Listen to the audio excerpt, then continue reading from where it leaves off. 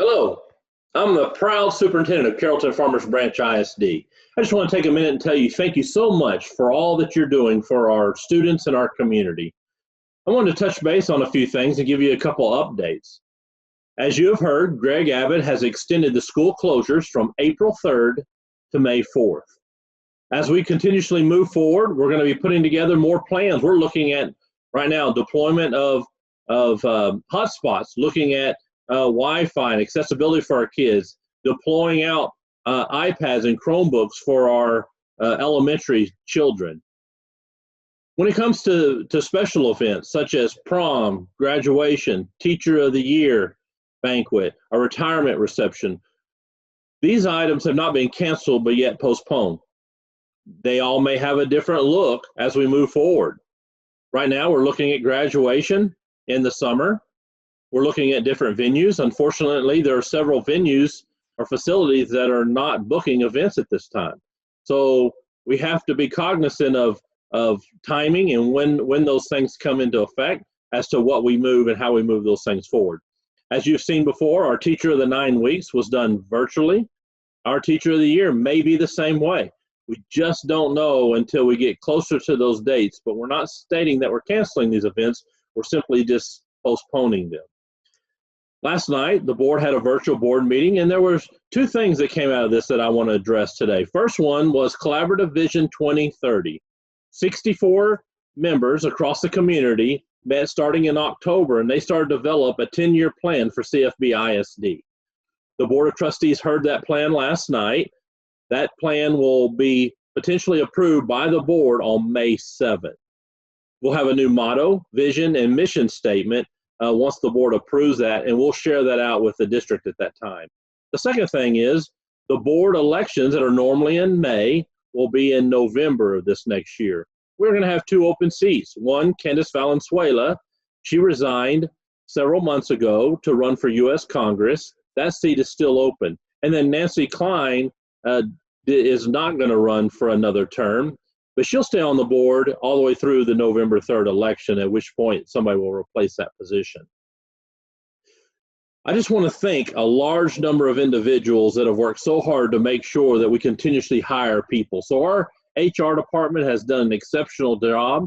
We're going to roll out the virtual job fair on April 23rd so that we can continue to hire key positions and find the best of the best during these times. The Early Literacy Committee and the College Career Military Committee have met, and they made multiple recommendations as we move forward, and those recommendations are personnel, and so we are hiring those individuals as we speak. We also have two principal openings, Good and McLaughlin Strickland. There's already been a first round of interviews. Second round will be in the next week or two, which we're going to involve teachers on each of those campuses so that we can find those two principals so that we can continue to plan and move forward in the very near future. As it comes to moving works forward, we're looking at several things. A new grading policy. What is that going to look like since students aren't in school?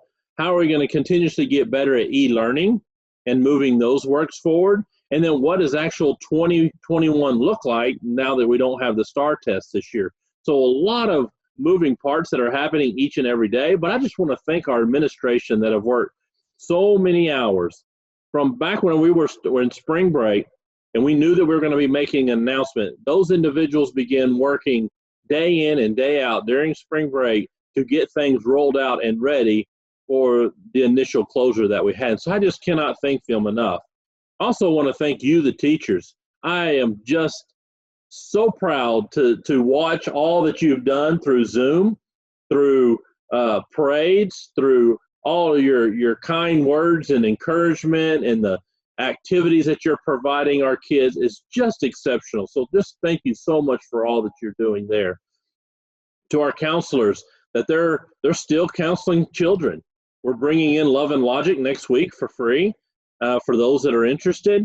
We're also still monitoring tips, anonymous alerts, gaggle, all those things where safety and security and technology are staying abreast of those things so that we can continuously help our children. And unfortunately, we've had to do so and react quickly on some items. but we still have those services rolling out so that we can make sure that even though our children aren't with us, that we're still protecting them and watching them and monitoring through these times. I just also want to thank our food service.